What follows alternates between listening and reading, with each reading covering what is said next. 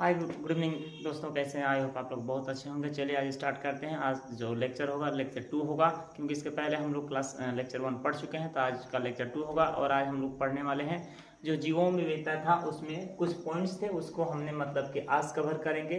क्या क्या पॉइंट्स के बारे में आज पढ़ना है, तो चलिए आज हम बताएंगे इस पॉइंट्स के बारे में जानना है, ठीक है ना। दोस्तों वीडियो को लास्ट तक देखिएगा, तभी समझ में आएगा। ये सबसे ज़्यादा इंपॉर्टेंट है। अगर यदि क्लास 9 का बच्चे हैं तो आपके लिए भी ज़्यादा इंपॉर्टेंट है। अगर यदि क्लास 11 के हैं तो आपके लिए भी ज़्यादा इंपॉर्टेंट ये टॉपिक होंगे, ठीक है ना। तो आपको वीडियो को थोड़ा भी मिस मत कीजिएगा और वीडियो को लास्ट तक देखिएगा, क्योंकि सबसे इंपॉर्टेंट ये टॉपिक है। क्योंकि मतलब इसमें से पेपर में प्रश्न पूछे जाते हैं, तो आपको ध्यान से देखना है और समझना है। चलिए स्टार्ट करते हैं। आज हम लोग जानेंगे प्लांटी के बारे में, ठीक है ना। प्लांटी के बारे में आज हम डिस्कस करेंगे। देखेंगे कितनी प्रकार के होते हैं और कौन कौन से होते हैं, सबके बारे में डिटेल्स मतलब कि यहाँ पर हम जानकारी प्राप्त करेंगे। तो थोड़ा सा भी आप लोग मतलब कि घबराइएगा मत, थोड़ा सा भी आप लोग मतलब कि थोड़ा इधर दिमाग करिएगा मत। हम सीधे फोकस कहाँ करना है, हमें पढ़ाई। अच्छा मार्क लाना है ना, तो अच्छा मार्क लाना है तो हमें बढ़िया से क्या करना है, पढ़ाई करना है। चलिए आइए इसको हम देखते हैं।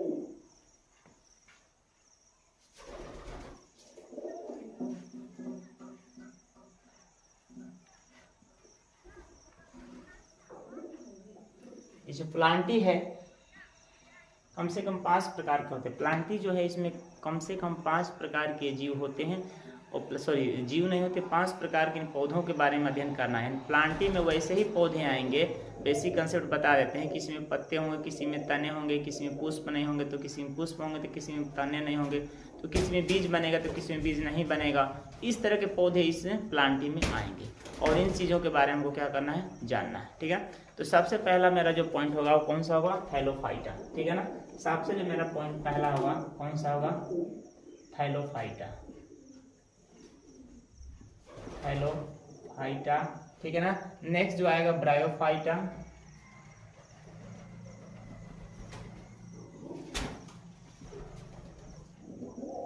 थैलोफाइटा, ब्रायोफाइटा, टेरिडोफाइटा, ठीक है ना।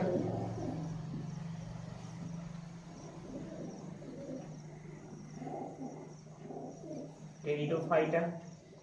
नेक्स्ट जो होगा जिम्नोस्पर्म, ठीक है ना। जिम्नोस्पर्म या एंजियोस्पर्म, ठीक है ना। इन दोनों में ही ज्यादा कुछ फर्क नहीं, बस थोड़ा सा फर्क है, ठीक है ना। तो जिम्नोस्पर्म,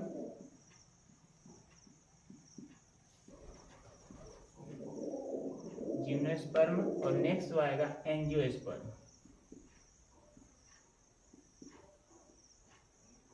एंजियोस्पर्म।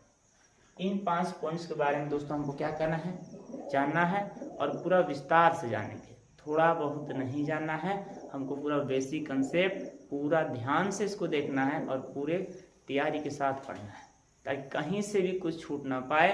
और एकदम गारंटी है मेरा कि हम कहीं से भी इसको छोड़ेंगे नहीं, और ना ही आपको छोड़ने देंगे। एकदम जीरो लेवल से इसको हम बताएंगे, और आपके दिमाग में एकदम पूरा सेट करा कर ही छोड़ेंगे। यही मेरा मकसद होता है कि जो भी हम पढ़ाते हैं आपके दिमाग में एकदम सेट करा करके ही छोड़ेंगे, ठीक है ना। तो बस आप लोग ध्यान से इस पे फोकस कीजिएगा, ठीक है ना। अब हम स्टार्ट करेंगे इसमें। Thallophyta, bryophyta, pteridophyta, gymnosperm, angiosperm में क्या क्या है, किस प्रकार के जीव आते हैं, इनके बारे में हम जानेंगे, ठीक है ना। तो आइए इसके बारे में हम विस्तार से जानते हैं। मतलब इन 5 प्रकार के जो इनके प्लांटी के पौधे होते हैं, जिस प्रकार के मतलब मान लीजिए thallophyta, bryophyta, pteridophyta, gymnosperm, angiosperm, इन सब के बारे में हम विस्तार से अध्ययन करते हैं। अब जानते हैं कि कौन कौन से पौधे कहाँ पाए जाते हैं और किस वर्ग के होते हैं, और इनमें क्या क्या देखा जाता है, जो लक्षण होते हैं, ठीक है ना। सबसे पहला होगा दोस्तों थैलोफाइटा, ठीक है ना। जो थैलोफाइटा है इसमें इस वर्ग के पौधे जल में ही पाए जाते हैं। यानी थैलोफाइटा में वैसे पौधे आएंगे जो किस में पाए जाते हैं, जल में पाए जाते हैं, ठीक है ना। जल के अलावा अगर इनको खोजा जाए तो वह जल के सिवा और कहीं नहीं दिखाई देते हैं, क्योंकि इनकी जो सृष्टि ही होती है वो कहाँ होती है, जल में ही होती है। और हमेशा कहाँ रहते हैं, जल में ही रहते हैं, ठीक है ना। नेक्स्ट जो पॉइंट आता है, इसके शरीर की संरचना अलग अलग होती है। इनकी जो संरचनाएं होंगी वह कुछ अलग अलग होंगी, कुछ शरीर में क्या होता है, कुछ अंतर दिखाई देता है, ठीक है ना।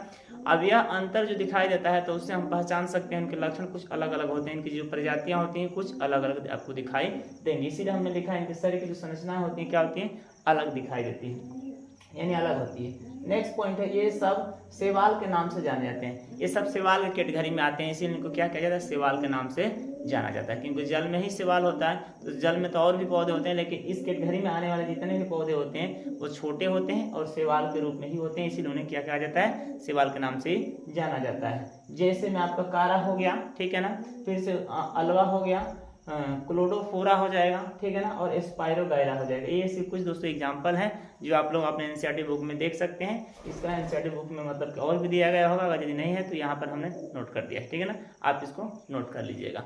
अब उसी तरह आगे बढ़ते हैं, देखते हैं कि हमारा जो नेक्स्ट जो है बायोफाइटा, ठीक है ना।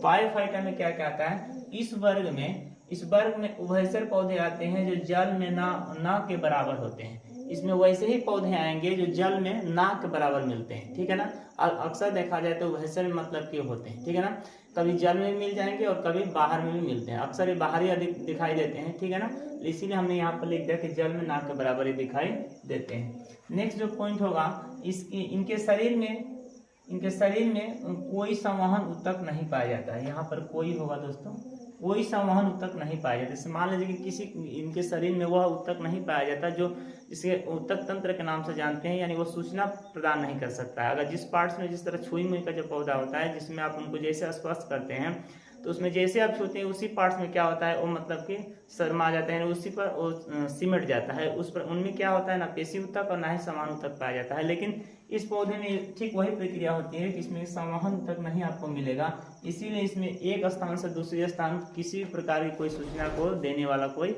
नहीं होता है, ठीक है ना। नेक्स्ट जो होगा, नेक्स्ट जो पॉइंट, इन पौधों में तना और पत्ती होती है। इन पौधों में तना भी मिलेगा और क्या मिलेगा, और पत्ती भी मिलेगी। तो वैसे ही पौधे इसमें आएंगे जिसमें तना मिलेगा और पत्ती मिलेगी, ठीक है ना। वह पौधे इसमें किस में आएंगे, ब्रायोफाइटा में आते हैं, ठीक है ना। ब्रायोफाइटा में वैसे ही पौधे आएंगे, इसमें पुष्प नहीं पाए जाते हैं दोस्तों, याद रखिए, इसमें क्या पुष्प नहीं पाए जाते हैं, इसमें क्या पाए जाते हैं, इसमें तना और पत्ती ही पाया जाता है, ठीक है ना। इसका एग्जाम्पल देखा जाए तो एग्जाम्पल यह फ्यूनेरिया है और रेक्सिया है, ठीक है ना। आपके एनसीईआरटी बुक में दिया गया है, उसमें से आप लोग देख लीजिएगा। फ्यूनेरिया है और रेक्सिया है, यह इसका मस्ट इम्पोर्टेंट जो एग्जाम्पल है हमने यहाँ पे नोट कर दिया है, ठीक है ना। अब नेक्स्ट देखते हैं, नेक्स्ट हमारा जो है टेरिडोफाइटा। टेरिडोफाइटा में वो कौन कौन से पौधे आएंगे, क्या क्या उनमें मिलता है, उसके बारे में थोड़ा सा देखिए।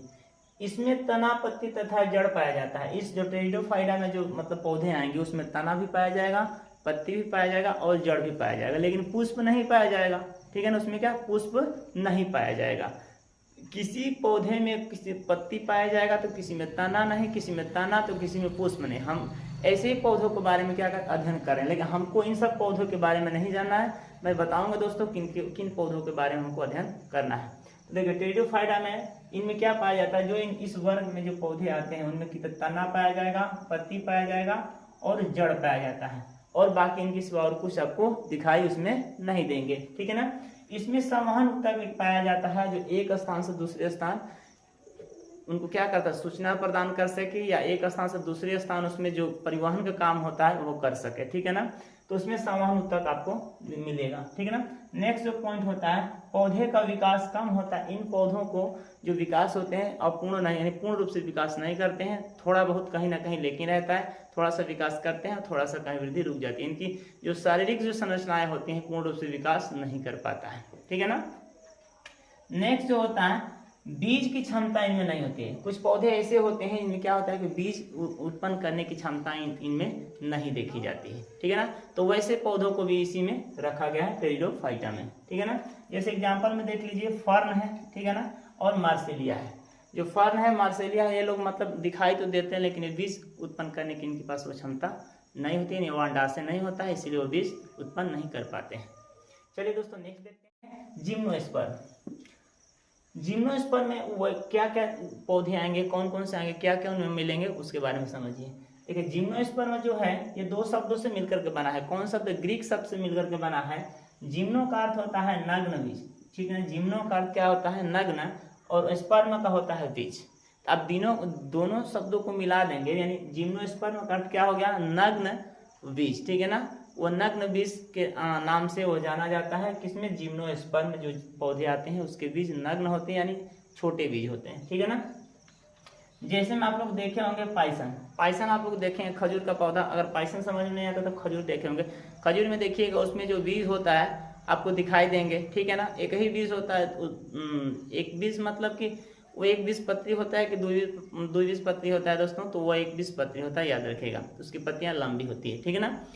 तो उसमें क्या होता है, खजूर में देखिएगा उसमें जो बीज होते हैं वो मतलब एक हल्के आवरण से ढके हुए होते हैं, उसमें अंडाशय नहीं पाया जाता है, ठीक है ना। तो खजूर हो गया, साइकस हो गया, जैसे तरकुल जिसको कहा जाता है, बड़ा बड़ा उसका वृक्ष होता है, इतना बड़ा बड़ा फल उसका पकड़ता है, पकने से उसके लोग मतलब खाते भी, ठीक है ना। तो वैसे पौधों को मतलब इसमें रखा गया है जिसकी संरचना लंबी लंबी होती है, पत्तियां लंबी होती है, लेकिन उसमें अंडाशय नहीं पाया जाता है। फल तो पाया जाता है लेकिन अंडाशय नहीं पाया जाता, उसका जो बीज होता है छोटा होता है, ठीक है ना। ये समझ में आ गया जिम्नोस्पर्म। अब इसी का एक भाई मतलब कि एंजियोस्पर्म है। अब एंजियोस्पर्म क्या है उसके बारे में समझते हैं। तो एंजियोस्पर्म को देखिए, एंजियोस्पर्म ठीक जिम्नोस्पर्म के साथ जैसा ही है। यह भी ग्रीक शब्दों से मिलकर के बना है। पहला है एंजियो, दूसरा स्पर्म। अब एंजियो का मतलब होता है ढका हुआ और स्पर्म का मतलब है बीज, यानी वैसे बीज के बारे में अध्ययन करना है जो बीज अंडाशय के अंदर उसका निर्माण होता है और अंडाशय से क्या होता है, वो ढका हुआ रहता है, यानी वह बीज एक आवरण से क्या रहता है, ढका हुआ रहता है। और दोस्तों याद रखें, इसी पौधे के बारे में हम लोग क्या करना है, पढ़ना है, ठीक है ना। इसी पौधे के बारे में आगे हम लोग पढ़ेंगे, तो इसी के बारे में हमको जानना है और इसी के बारे में पूरा अध्ययन करना है, यानी इसके बारे में कुछ अध्ययन नहीं करना है, ठीक है ना। लेकिन हमको किताब में दिया गया था सारे पॉइंट्स को हमको क्या करना है, पढ़ना है। तो देखिए, इस दो शब्दों से, ग्रीक शब्दों से मिलकर के बना है, एक एंजियो और एक है स्पर्म। एंजियो का मतलब होता है ढका हुआ और स्पर्म का मतलब होता है बीज, ठीक है ना। अब देखिए नेक्स्ट इसमें पॉइंट आता है, वैसे पुष्प इस वर्ग में आते हैं जिनका बीज अंडाशय में ढका हुआ रहता है। वैसे ही पुष्प इस वर्ग में आते हैं जिनका बीज अंडाशय में ढका हुआ रहता है, यानी कहने का मतलब जिस पुष्प में अंडाशय में निषेचन होगा उसी पौधे के बीज अंडाशय में ढके हुए रहेंगे और किसी पौधे का ढका नहीं होता है। इसीलिए हमने लिखा है वैसे पुष्प इस वर्ग में आते हैं जिनका बीज अंडाशय में ढका हुआ रहता है, उसका निषेचन भी कहाँ होगा, अंडाशय में ही होता है। तो हमने लिखा निषेचन कहाँ होता है, अंडाशय में, इसीलिए वो कहाँ ढके रहते हैं, अंडाशय के बीच वाले भाग में होते हैं। यह दोस्तों एंजियोस्पर्म दो प्रकार के होते हैं, एक होता है एकबीजपत्री और एक होता है द्विबीजपत्री। अब एकबीजपत्री किसे कहते हैं, द्विबीजपत्री किसे कहते हैं, इसे भी जान लीजिए।